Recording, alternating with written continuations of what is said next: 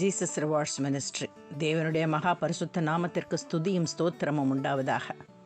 இயேசு கிறிஸ்து லூக்கா 13:6 கூறிய ஓமையாவது, ஒருவன் தன் திராட்சை தோட்டத்தில் ஒரு அத்தி மரத்தை நட்டிருந்தான்.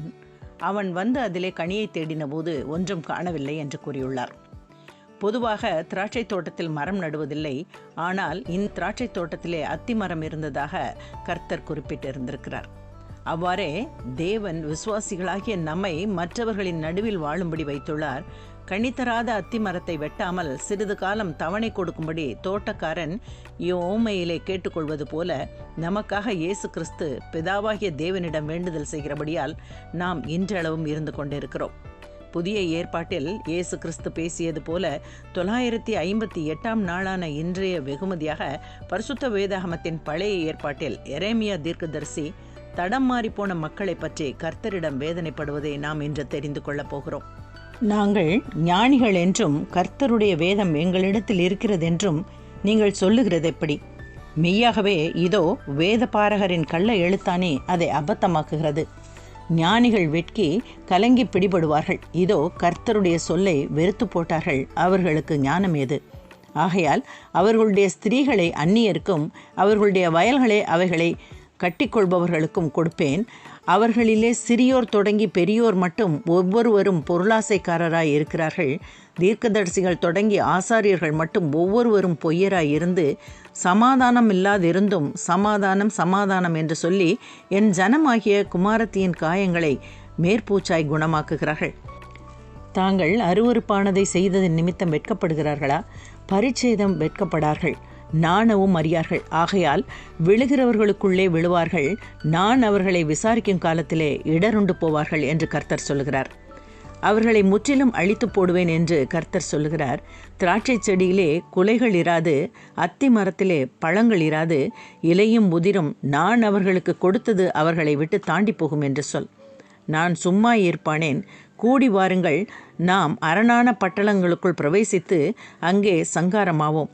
நாம் கர்த்தருக்கு விரோதமாக பாவம் செய்தபடியால் நம்முடைய தேவனாகிய கர்த்தர் நம்மை சங்காரம் பண்ணி நமக்கு பிச்சு கலந்த தண்ணீரை குடிக்க கொடுக்கிறார். சமாதானத்துக்கு காத்திருந்தோம், பிரயோஜனமில்லை. ஆரோக்கிய காலத்துக்கு காத்திருந்தோம், இதோ ஆபத்து. தானிலிருந்து அவர்களுடைய குதிரைகளின் மூச்செறிதல் கேட்கப்படுகிறது. அவர்களுடைய பலத்த அஸ்வங்கள் கணைக்கிற சத்தத்தினாலே தேசமெல்லாம் அதிர்கிறது. அவர்கள் வந்து தேசத்தையும் அதில் உள்ளவைகளையும் பட்டணத்தையும் அதன் குடிகளையும் பட்சிப்பார்கள். மெய்யாய் இதோ தடை கட்டப்படாத சர்ப்பங்களையும் கட்டுவிரியன்களையும் உங்களுக்குள் அனுப்புகிறேன், அவைகள் உங்களை கடிக்கும் என்று கர்த்தர் சொல்கிறார். நான் சஞ்சலத்தில் ஆறுதல் அடைய பார்த்தும் என் இருதயம் பலட்சியமாயிருக்கிறது. இதோ சியோனில் கர்த்தர் இல்லையோ, அதன் ராஜா இல்லையோ என்று என் ஜனமாகிய குமாரத்தி தூர தேசத்திலிருந்து கூப்பிடும் சத்தம் கேட்கப்படுகிறது. ஆனால் அவர்கள் தங்கள் சுரூபங்களினாலும் அந்நியரின் மாயைகளினாலும் எனக்கு கோபம் உண்டாக்கினது என்ன என்கிறார். அறுப்பு காலம் சென்றது, கோடை காலமும் முடிந்தது, நாமோ ரட்சிக்கப்படவில்லை. என் ஜனமாகிய குமாரத்தியின் காயங்களினால் நானும் காயப்பட்டேன், கரி கருத்திருக்கிறேன். திகைப்பு என்னை பிடித்தது. கீலேயாத்திலே பிசன் தைலம் இல்லையோ, ரண வைத்தியனும் அங்கே இல்லையோ? பின்னையும் ஏன் என் ஜனமாகிய குமாரத்தை சொஸ்தம் அடையாமற் போனாள் என்று கர்த்தர் வருத்தப்படுவதாக எரேமியா தீர்க்கதரிசி கூறியிருக்கிறார். இப்பகுதியில் பாவத்தினால் அழியும் மக்களை பார்த்து எரேமியா மிகவும் வேதனைப்படுகிறார். அறுப்பு காலமும் சென்றது, கோடை காலமும் சென்றது.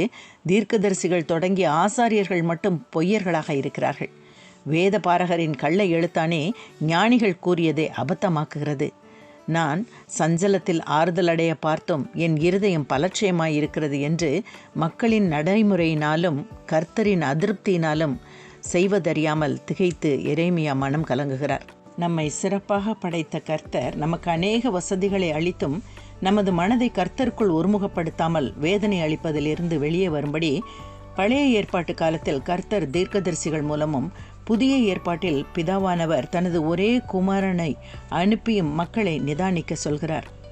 இத்தகைய சூழலில் இருக்கும் நாம் அவரது குரலுக்கும் வசனத்திற்கும் செவி கொடுப்பவர்களாக, அவரது ஆசீர்வாதங்களை பெற்றுக்கொள்ள வாஞ்சிப்பவர்களாக இருப்போம்.